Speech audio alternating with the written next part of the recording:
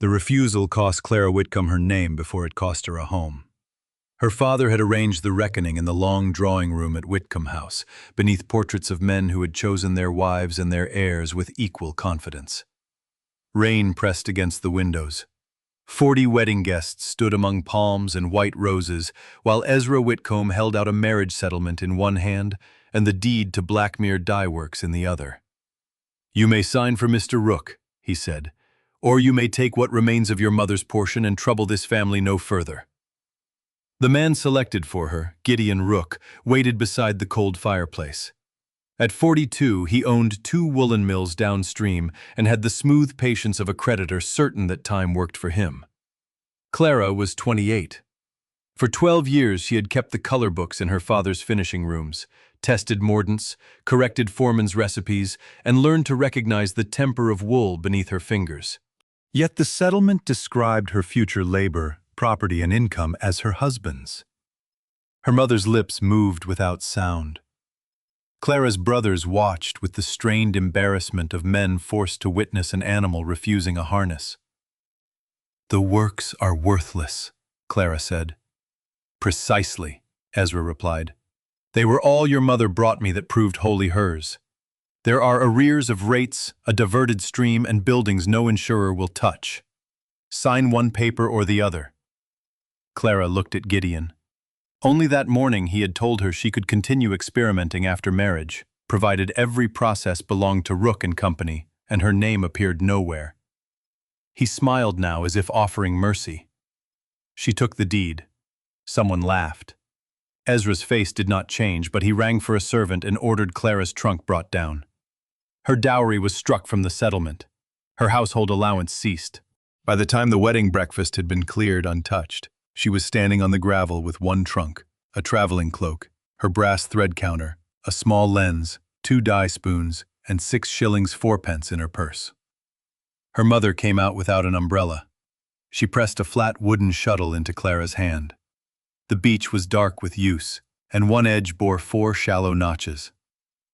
"Your grandfather made it for Hannah Bell," she whispered. "She taught me, and I taught you. I should have spoken sooner." Ezra called from the doorway. Clara's mother flinched, kissed her cheek, and retreated through the rain. Blackmere lay 9 miles north, beyond hedged fields and a turnpike that climbed toward the Pennine moors. Clara paid 1 shilling for a carrier to take her and the trunk as far as Lower Mere. She walked the final 2 miles beside a stream swollen brown by October rain. The dye works appeared below the road like a collection of broken teeth. A long stone weaving shed leaned toward the water. Half the slate roof had fallen over the eastern bays, leaving black rafters exposed. The chimney was split by ivy. 4 round copper vats stood beneath an open-sided dye house, green with corrosion and filled with leaves. Beyond them, the mill race was dry. A demolition notice had been nailed to the gate. The Blackmere Improvement Company, acting through Gideon Rook, intended to seek an order after 30 days on grounds of danger and unpaid parish rates. Clara read it twice. Then she saw a second paper beneath it, an offer from Rook and Company to assume the arrears in exchange for immediate conveyance of the land. She tore neither notice down. Anger was useful only when it could be made to keep accounts. The deed included a cottage, but its ceiling had collapsed into the front room. Clara found one dry chamber in the old counting house attached to the weaving shed. She cleared plaster with a broken shovel, stretched her cloak across the cracked window, and set her trunk beneath the soundest beam. At dusk, she ate bread saved from the carrier's basket and studied the property by lantern light. Blackmere had not merely failed. It had been stripped. The water wheel was gone, as were the carding engines and most of the looms. But whoever removed them had left a narrow hand loom under the fallen roof. Its breast beam was rotten, and its warp had been cut away. A faded strip of fabric protruded from beneath it. Clara pulled gently. The cloth did not move. It was attached to a longer bolt that passed through a slot in the floor. She knelt, held the lantern low, and saw a corroded copper cylinder suspended between 2 joists. Its lid had been sealed with resin. The collapsed loom concealed it from above, Lime dust and a skin of verdigris made it look like part of an abandoned pipe. The cylinder opened only after Clara warmed the resin with the lantern chimney and worked around the rim with a dye spoon. Inside lay 9 yards of wool and linen cloth, rolled around a cedar core and protected by waxed paper. The ground was a dull madder red. Along both selvages ran a border of blue, black, cream, and yellow threads. At first, the irregularities looked like careless weaving. Some black threads crossed where blue should have appeared. Several knots faced backward. Groups of narrow cream picks interrupted the border at uneven distances. Yet the cloth itself was skillful. The tension steady, the edges exact, the color changes too deliberate to be mistakes. Clara placed her mother's shuttle beside the first repeat. Its 4 notches matched 4 of the narrow divisions. A footstep sounded in the passage. She extinguished the lantern. Someone entered the weaving room and moved directly to the shelves where old pattern books had once been kept. Wood scraped. A drawer struck the floor. Clara crouched behind the loom, the rolled fabric held against her ribs, while a shaded bullseye lantern cast a moving coin of light across the wall. The intruder searched for less than 3 minutes, then left by the western door. Clara waited until the sound of a horse faded along the track. The lock had not been forced. When she examined it, she found fresh oil and a scratch made by a well-cut key. She carried the fabric into the counting room, secured the door with a joist, and spent the night seated beside it. Gideon's offer was no kindness. Someone believed Blackmere contained a thing worth finding, and that person had searched for books but overlooked the language left on the loom. At dawn, the ruin gave Clara its first practical answer. The counting-house chimney drew poorly but did draw. A pump in the yard produced cloudy water after 20 strokes. The northern roof remained sound over 2 bays, and the stone walls there were plumb. She made an inventory on the blank leaves of her father's deed wrapper. Shelter, pump, hand loom, 3 usable shutters, 26 pounds of old iron, 4 copper vats of uncertain thickness, and 1 concealed bolt of cloth. Her liabilities were less encouraging. 11 pounds 8 shillings in parish rates, 4 pounds owed for drainage assessments, 30 days before Rook's petition, 6 shillings 4pence in cash. She walked to the village of Blackmere with the bolt hidden beneath loose boards. The parish clerk, Mr. Hales, received her in a room behind the vestry. He was a narrow man, with a prominent white brow and an ink stain on his cuff. "The rates attached to the property, Miss Whitcombe." She presented the deed. "Then the property can earn them." "I require a schedule and the assessment maps." His surprise sharpened into annoyance. "The works have stood idle 18 years. The stream rights were surrendered." "To whom?" "Rook and Company maintains the channel. That was not my question." Hales looked at the deed again. "You have until the magistrates hear the petition. I cannot alter that. I asked for records, not alteration."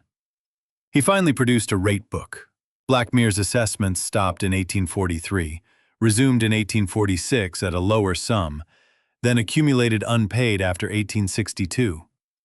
Clara noted an oddity. The dye works occupied just over 5 acres according to the deed, but the rate map colored only 4 1/4. A narrow strip beside the mill race carried no number at all. Hales closed the book when she asked about it. Outside, a boy of perhaps 14 was repairing a basket with split willow. He had a twisted left foot and an alert, guarded face. "You are the woman at the old works," he said. "I am the owner. Mr. Rook says the walls will kill someone." "One wall may. That is why no one enters without me." The boy considered this. "My name's Samuel Pike. My gran worked there before it shut." "Is she living?" "Some days better than others." Clara paid him a penny to carry a notice to the blacksmith. "Old iron for sale. Buyer to remove it." Samuel read the words before folding the paper, though he pretended not to. By afternoon, Thomas Vale, the village blacksmith, had offered 15 shillings for the scrap iron and 2 days' labor removing it.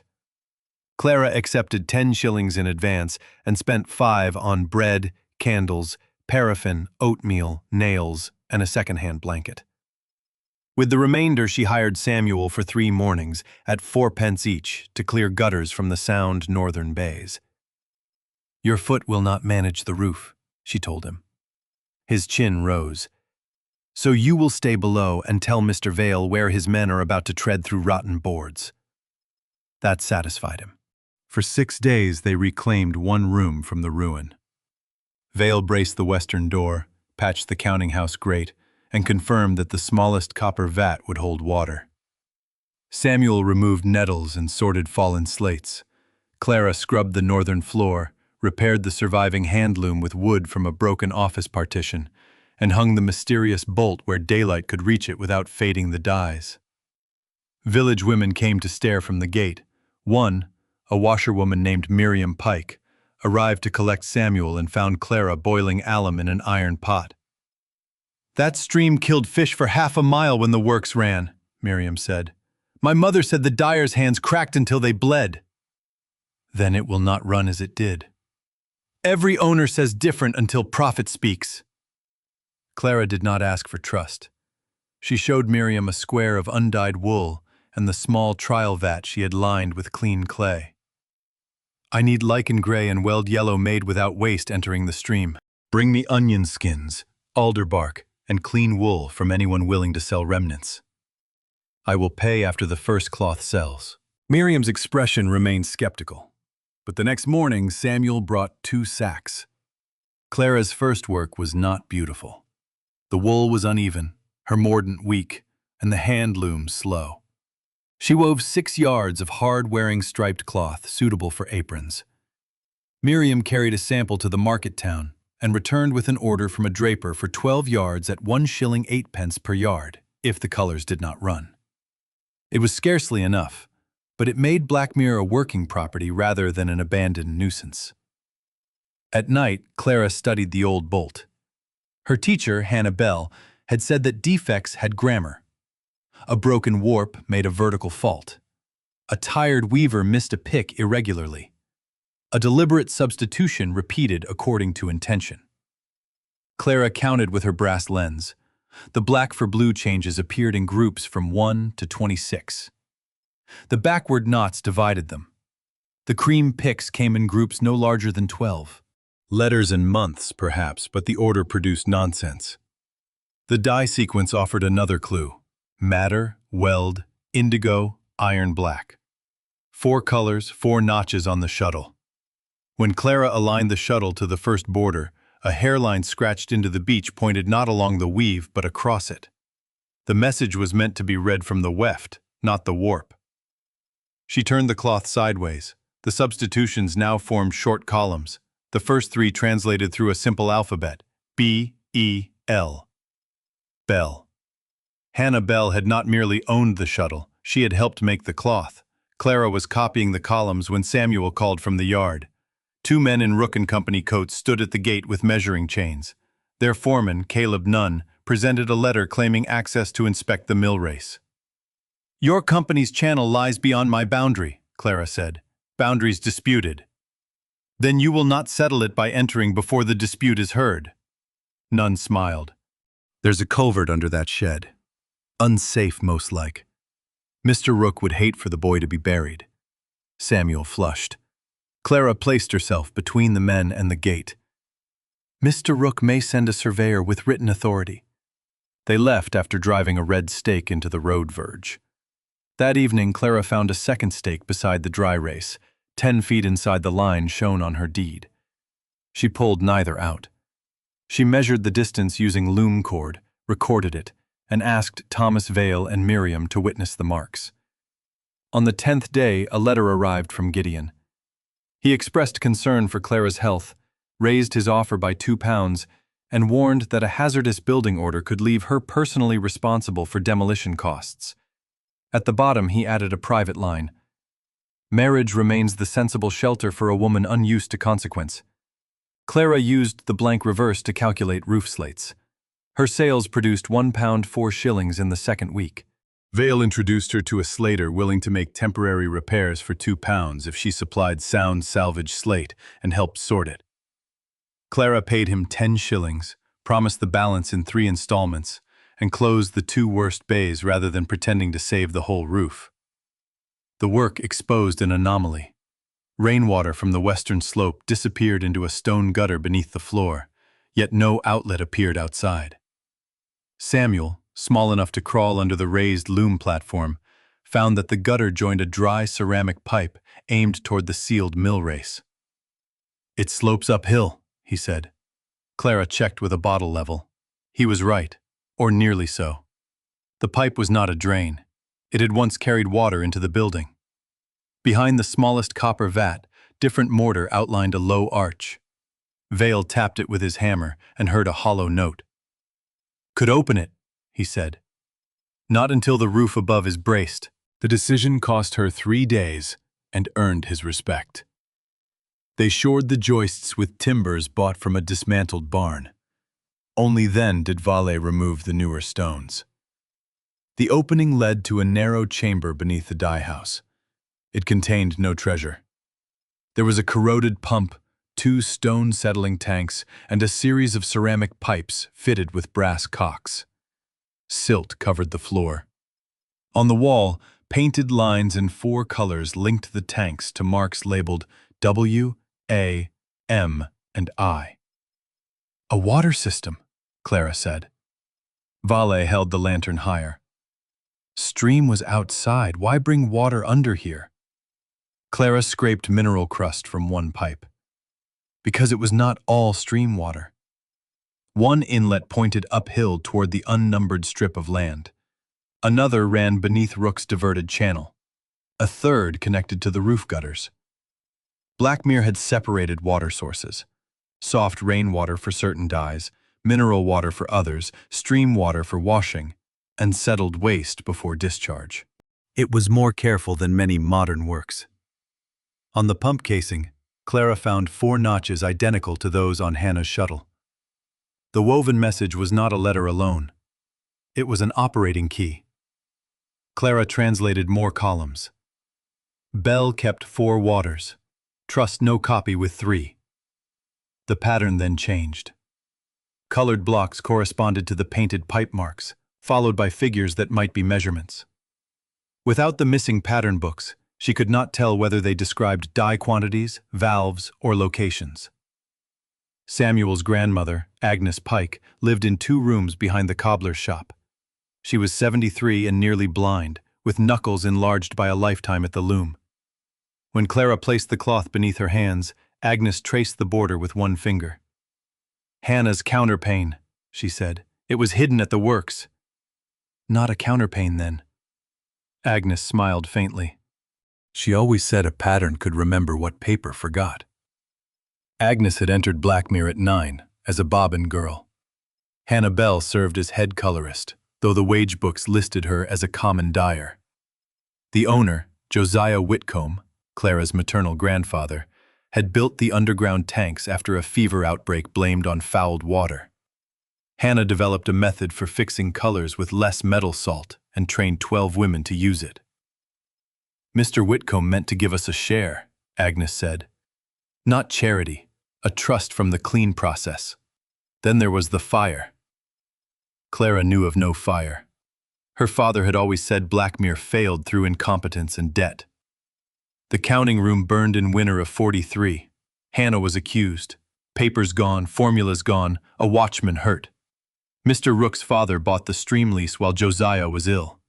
After Josiah died, your father closed us out. Was Hannah convicted? Never charged. Vanished before they could. Agnes gripped Clara's wrist. "Your mother came once with that shuttle. Asked where Hannah hid the true pattern. I told her I did not know." On returning to the works, Clara found the weaving room ransacked. The cedar core lay on the floor. The cloth was gone. Her knees weakened, but only for a moment. She had copied 47 columns and kept the pages inside her bodice. The thief had taken the original evidence, the surviving dye sequence, and whatever remained untranslated. Fresh mud crossed the floor to the western door. One print showed a triangular patch on the heel. Caleb Nunn's left boot had borne such a patch when he planted the survey stake. Clara went to the constable. He listened, asked whether she could prove the cloth existed, and suggested the ruin attracted vagrants. "Mr. Nunn entered my property." "Did you see him?" "No." "Then mind what you allege." Gideon came the following morning in a polished carriage. He stepped around puddles with care and surveyed the repaired roof as though it offended him. "You have made a brave display," he said. "But bravery does not discharge rates. Nor does trespass." His gaze moved to the empty loom. "Have you lost something?" Clara understood then that he possessed the cloth, but not its meaning. If he could read it, he would not have come. "Only time," she said. He offered £15 for Blackmere, enough to clear the arrears and leave a small sum. When she refused, he mentioned her mother. "Mrs. Whitcombe is unwell. Your continued defiance worsens her condition. Then stop using her as a message." For the first time, his pleasant mask thinned. "You mistake stubbornness for independence. The magistrates will order the place cleared. When the buildings come down, whatever sentimental object you seek will be rubble." "You seem remarkably interested in my rubble." He left without answering. Clara's copied columns ended with 3 words: "At Bell's turn." There had been a bell at the works. Agnes remembered it hanging above the loading arch, rung at 6 in the morning and 6 at night. Only the iron bracket remained. Clara measured from the bracket, tried the distances woven into the cloth, and found nothing but wall. Samuel proposed that turn meant the road bend. Miriam thought it meant a bell-shaped valve. Vale said Hannah Bell herself might have turned something. Clara returned to the underground tanks. Each brass cock was frozen, except the one marked M. Its handle turned a quarter circle. Behind it, the pipe entered the wall beneath the loading arch. They cleared silt and discovered a small paddle wheel inside a stone box. When water once passed through, the wheel would have driven a shaft upward. Clara traced the shaft into the wall and found a mechanical counter behind a removable brick. 4 enamel dials, each colored to match a waterline, displayed figures in faded black. The mechanism had recorded volume. Hannah's turn was each rotation of the wheel. The woven columns specified a sequence of valve turns. Clara could reconstruct only the first half, but it directed rainwater through one tank, mineral water through another, and the mixture toward a small testing cistern. It was the foundation of Hannah's clean process, not the complete recipe. More important, the wall behind the counter bore a stamped brass plate, Blackmere Separating and Recovery Apparatus, J. Whitcombe and H. Bell Designers, patent application deposited, March 1843. The plate proved that Hannah's work had been acknowledged before the fire. It did not prove a patent had been granted or that Clara owned it, nor did it clear the rates. She wrote to the patent office in London, enclosing a copied inscription and asking whether a provisional specification survived. Postage took nearly a quarter of her remaining money. She also wrote to a solicitor in the market town, Miss Eleanor Say, whose discreet brass plate Clara had noticed above a stationer's shop. A woman advising on property might understand what it meant to have every assertion treated as emotion.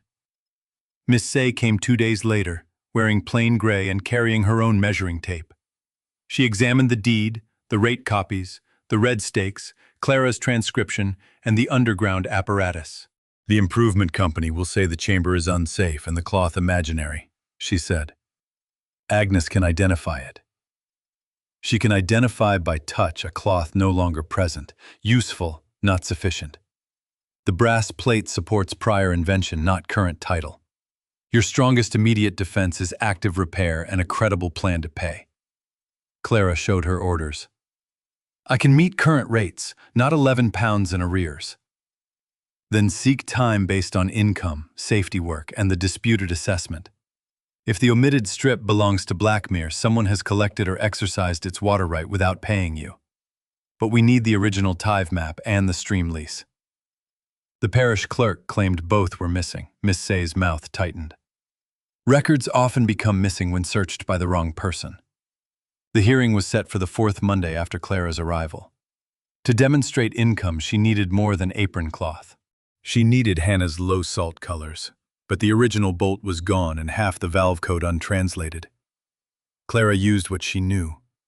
Traditional indigo required no metallic mordant. Matter could be fixed with alum if the water was controlled. The underground system offered rainwater and a spring rich in lime, provided the uphill inlet could be restored. Samuel followed the ceramic line across the yard to the unnumbered strip. Beneath brambles, they found a capped stone well and a broken lead seal stamped with a bell. The well stood beyond the red stake none had planted, but within the boundary described by Clara's deed. From the ash coppice to the upper spring, thence following the ancient leat. Rook's men had diverted the spring into their channel through an iron pipe. Clara did not remove it. Miss Say obtained a surveyor from the neighboring parish, paid on credit, who recorded the encroachment in the presence of Vale and 2 farmers. The surveyor calculated that Rook's company had drawn the spring for at least 7 years, judging by corrosion and tree growth. The discovery gave Clara leverage, and it gave Gideon a reason to move faster. That Friday, the draper returned 12 yards of cloth, claiming the gray had spotted after rain. Clara tested it and found droplets rich in iron. Someone had sprinkled the folded bolt with contaminated water after delivery. The draper refused further orders rather than quarrel with Rook and Company. Miriam wanted to announce the sabotage in the market. Clara stopped her. Without proof, it becomes his word against ours. We test every yard before it leaves and seal each parcel. Always careful, Miriam said bitterly. Does careful ever win? Not alone. Clara carried the damaged cloth to the village pump on market morning. Before the gathered women, she washed one half with soap. The unwetted half held fast. The spotted half released orange streaks. She explained iron contamination without naming a culprit, then offered the sound portion at half price. A farmer's wife bought it for children's cloaks and ordered more. Care did not win alone. Demonstration gave it witnesses. Within a week, 4 women were sorting wool in the Northern Bay. Clara paid small piece rates from sales and kept every figure on a slate visible to them. Miriam managed washing. Samuel learned to wind bobbins while seated, faster than any child Clara had trained at her father's rooms. Vale fabricated a replacement spindle for the pump in exchange for cloth and a written debt. The works remained desperately fragile. Wind entered beneath the eaves. They could use only 1 vat. Production stopped whenever rain made the roof unsafe. Clara slept 5 hours a night, and sometimes woke unable to close her dye-stiffened hands. Her father sent no word. Her mother sent a parcel containing Clara's winter dress and a page torn from a household Bible. In the margin beside Proverbs, Hannah Bell had written 4 numbers and the phrase, "Ask what the water leaves behind." The numbers matched no valve sequence Clara had copied. They did match the colored dials after she converted gallons to turns. She ran a trial through the restored tanks. Rainwater carried alum into the first cistern. Spring water entered the second. After cloth was dyed, the waste passed through beds of charcoal, chalk, and wool waste. Instead of flowing directly to the stream, the liquor left a pale crystalline residue in a shallow heated pan. Recovered alum. Hannah's apparatus reduced pollution because it recovered a costly mordant for reuse. The financial value and the public good were the same process. Clara repeated the trial 3 times, weighing residue on Vale's small balance. The recovery varied, but even the poorest results saved nearly 1/3 of the alum. With repairs and proper filtration, it could save more. Miss Say advised silence until the hearing. They needed independent samples, written witnesses, and proof that the apparatus predated Rook's competing works. 2 nights before the magistrates met, smoke woke Clara. Fire ran along the roof over the dye house, fed by paraffin poured across old timber. She rang the handbell they used for shifts and dragged the sample books from the counting room. Samuel, who had been sleeping in the cottage while his grandmother was ill, stumbled into the yard. "Fetch Vale," Clara ordered. "Do not go inside again." The flames had not yet reached the northern weaving bays, but sparks fell through gaps. Clara and Miriam formed a bucket line from the pump as villagers arrived. Vale cut away a burning roof brace. Rain began after midnight, light at first, then hard enough to flatten smoke. By dawn, the dye-house roof was gone. One copper vat had split. The hidden chamber was flooded with black ash. No person was killed, but Thomas Vale's forearm was burned. 3 finished bolts were soaked, and the mechanical counter lay beneath fallen masonry. The constable found a broken paraffin flask outside the wall. It bore no name. Caleb Nunn had been seen drinking at the King's Arms until 10, and Gideon Rook had dined 6 miles away with a magistrate. Clara stood in the rain looking at the loss and felt, for the first time, that her father might have been right about consequence. The rates remained. Her best equipment was buried. She owed wages and £2 to the slater. The hearing was 48 hours away. Gideon's carriage stopped at the gate before noon. He took in the charred roof with solemn satisfaction. "This is what I feared." Clara's dress was streaked with soot. "You arrived quickly." "News travels. Sign the conveyance, and I will pay every debt, including the doctor for Vale. The apparatus frightened you before I restored it. Your imagination has become dangerous. Hannah Bell designed a recovery process here. Your father took the stream lease after the records burned. You took the cloth because you thought it proved what he had done." Something shifted in his eyes at Hannah's name. "A vanished dyer and a ruined machine," he said. "That is your defense?" It was not, but his knowledge had answered one question. He knew who Hannah was. Clara refused the conveyance. After he left, she sat on an overturned bucket until Miriam placed a cup of tea in her hands. "You protected Samuel before the books," Miriam said. "We all saw it." "That will not rebuild the roof." "No, but roofs are built by people." By evening, 18 villagers had come. Some brought timber, others food, old canvas, or labor. The farmer's wife who bought the spotted cloth brought £2 collected among market customers. Not everyone helped. The draper stayed away, and Mr. Hales warned that charity could not legalize a dangerous structure. Yet enough people had watched Clara test water, publish wages, and refuse to foul the stream that the ruin was no longer hers alone. They did not rebuild in a day. They made the site safe. Vale, his arm bandaged, directed men in removing loose slates. The underground chamber was pumped clear. Samples and Clara's copied calculations had survived in a biscuit tin beneath the counting house hearthstone. At the hearing, Gideon's solicitor described Blackmere as an idle industrial hazard occupied by an inexperienced woman.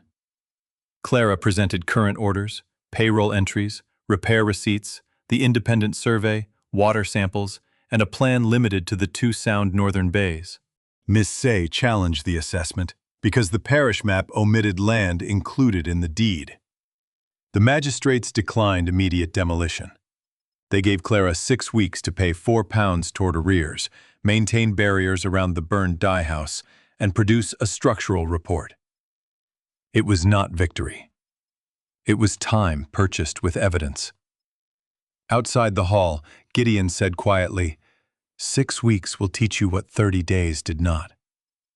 That you require other men to remove a woman from property you want?" His smile returned. "That time belongs to whoever can afford it." The letter from London arrived the next morning. The Patent Office had found a provisional specification lodged jointly by Josiah Whitcombe and Hannah Bell in March 1843 for improvements in the separation, economical recovery, and reuse of mordants in textile coloration.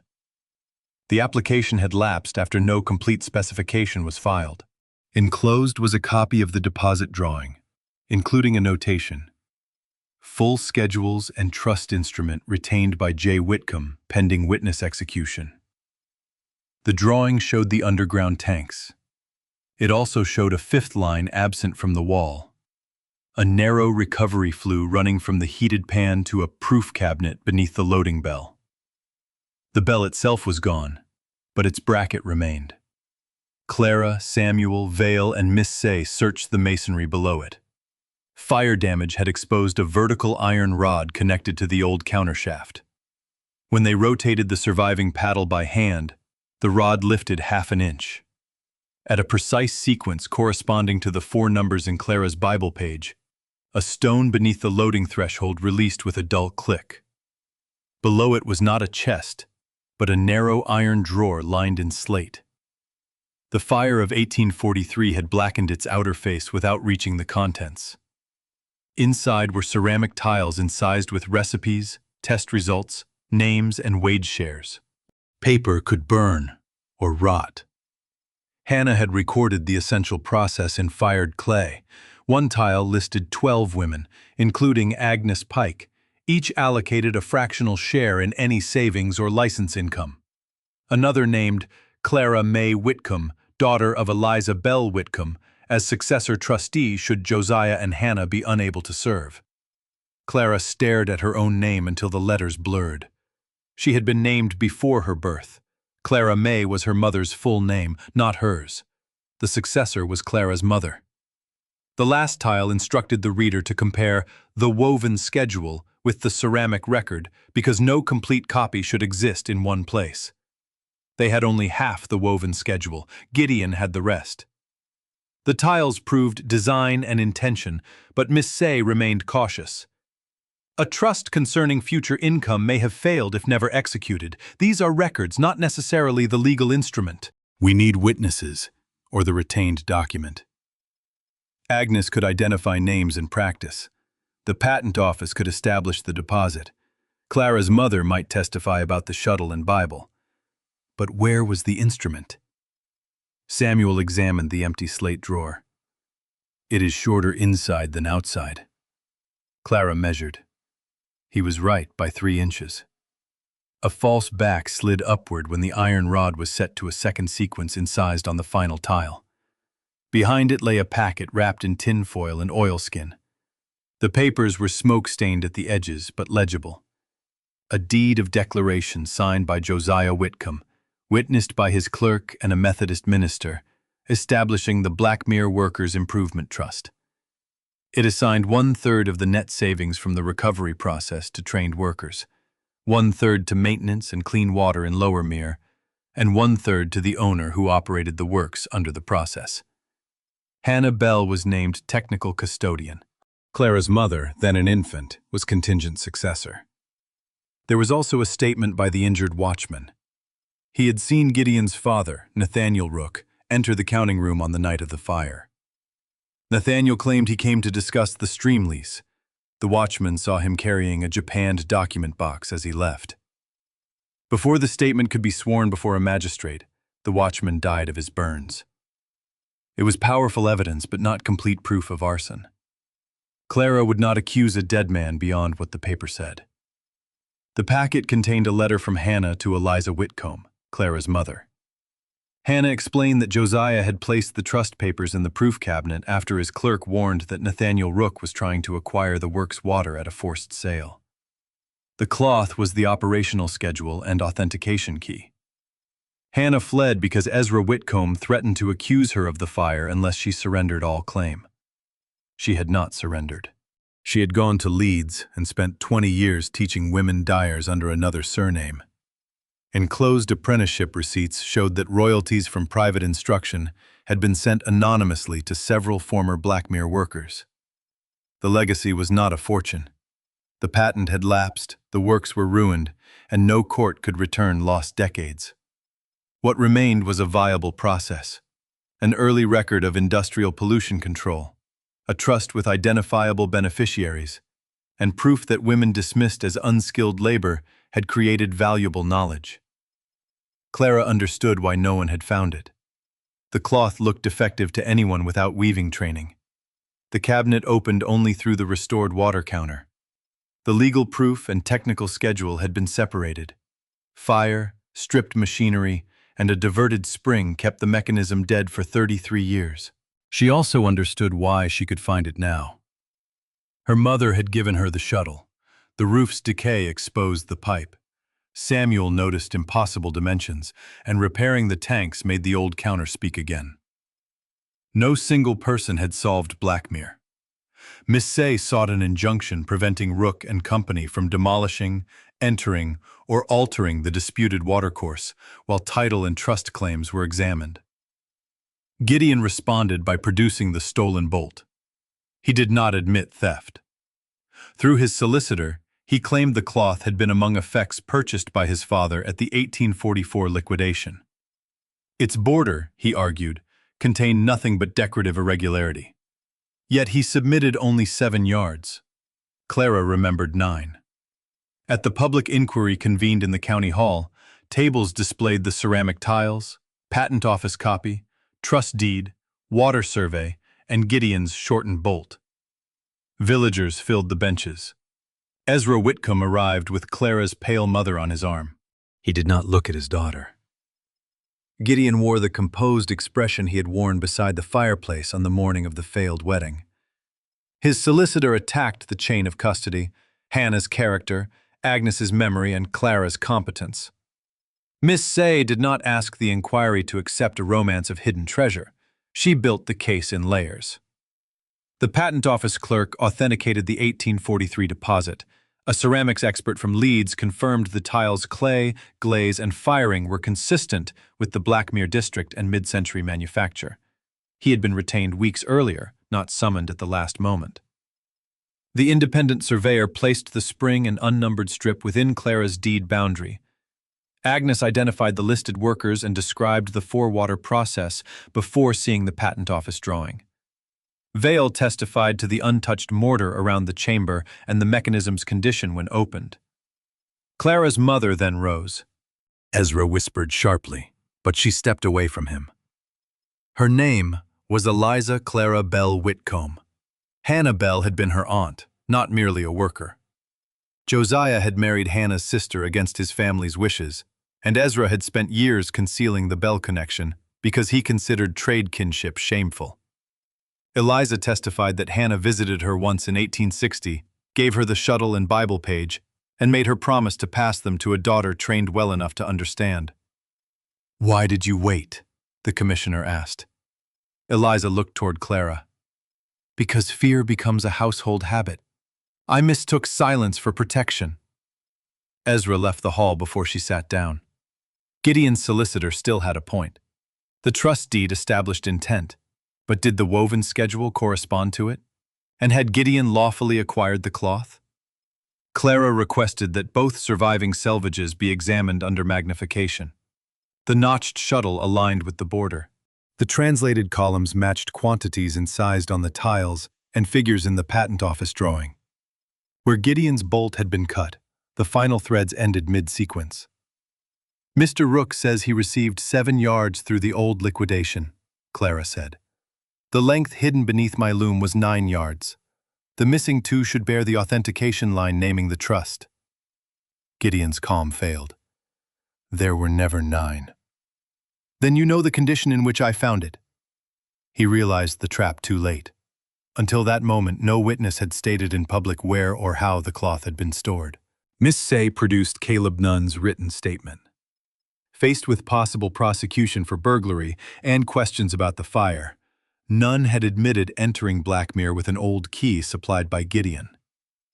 He stole the bolt, then cut off the final 2 yards on Gideon's instruction. He also admitted moving survey stakes and contaminating Clara's cloth. He denied setting the later fire, but disclosed that Gideon had paid him to purchase paraffin and frighten Miss Whitcombe out.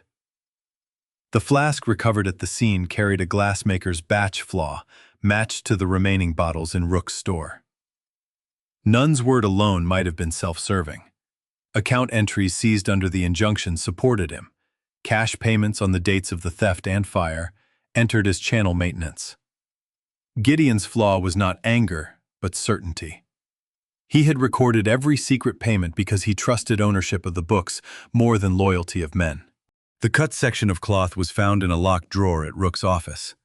Its border read, "Blackmere Trust, 12 shares, water kept clean." The commissioner referred evidence of burglary, conspiracy to damage property, falsified boundary claims, and attempted arson to the assizes. The civil order restored the spring pending final registration, recognized Clara's title to the disputed strip, and appointed Miss Say with 2 independent trustees to administer the old declaration. Rook and Company was required to account for unlawful water use. Gideon's creditors, alerted by the inquiry, discovered that he had borrowed against machinery twice. Within months, he lost control of both mills. He received no convenient absolution and offered no sincere apology. Ezra attempted one final claim. As Eliza's husband, he argued, any benefit through her succession belonged to him. The trustees answered that the property deed was already Clara's. The operational income would arise from Clara's labor, and the trust beneficiaries were independently named. Faced with Eliza's petition for separate protection of her property and with public scrutiny of his concealment, Ezra withdrew. Legal recognition did not repair Blackmere. Winter arrived while half the site remained roofless. The trust's recovered compensation was modest and delayed by accounting. Clara paid £4 toward the rates from a combination of cloth sales and the villagers' loan, recording every contributor and repayment term. She chose not to patent Hannah's expired process anew as though it were hers alone. With the trustees, she published the basic settling and recovery principles for local dyers, while keeping Blackmere's tested color recipes as the cooperative's working knowledge. Fees from training other works supported the water fund. The ceramic tiles and original cloth went on deposit at the county museum after exact copies were made for daily use. By February, the northern roof had been properly slated. By April, a rebuilt water wheel drove 2 restored looms bought secondhand from a bankrupt workshop. The great chimney remained cracked and unused. Clara adopted smaller enclosed heating pans that consumed less coal. Vale's accounts showed every repair, debt, and hour of labor. No one pretended the entire 5-acre works had been rescued. Unsafe eastern bays were dismantled carefully, and their stone was stacked for future building. Agnes Pike became the first beneficiary to receive a trust payment, £3 14 shillings in recognition of her old share, followed by a small quarterly sum. She spent part of it on spectacles that could not restore her sight, then laughed at herself and used the remainder to buy Samuel a proper adjustable stool for the loom. Samuel proved gifted at pattern calculation. Clara arranged lessons with the schoolmaster in exchange for dyed cloth and later apprenticed him at a full learner's wage. His foot still pained him. The story did not cure it. The work was adapted so he could move between seated tasks, counting, drafting, and mechanism repair without climbing unsafe stairs. Miriam became washhouse supervisor and the fiercest guardian of the settling tanks. She took samples upstream and downstream every Monday in clear glass bottles, labeling them before witnesses. When one batch showed discoloration, production stopped until a cracked valve was replaced. Profit spoke at Blackmere, but it no longer spoke alone. Some villagers remained skeptical. The draper who had returned the spoiled cloth never admitted cowardice. Mr. Hales continued to complain about the disorder of women reading rate books. Clara considered their discomfort a small, renewable source of warmth. Eliza left Whitcombe House in the spring and rented 2 rooms in the market town under Miss Say's guidance. She and Clara did not repair 28 years of silence in a single embrace. Eliza came to Blackmere on Thursdays, first as a visitor, then as the keeper of Hannah's correspondence. She apologized, without asking Clara to declare the hurt finished. Clara learned that forgiveness could be honest while remaining incomplete. On the first anniversary of the refused wedding, the loading bell rang again. Vale had cast it from salvaged Blackmere iron. Around its rim were the names of Hannah Bell, Josiah Whitcombe, Agnes Pike, and the 11 other original workers. Clara's name was absent by her own choice. Beneath the bell, a new slate listed every current worker and left room for those who would follow. The cooperative employed 23 people by then, 14 of them women who had previously worked irregularly from home.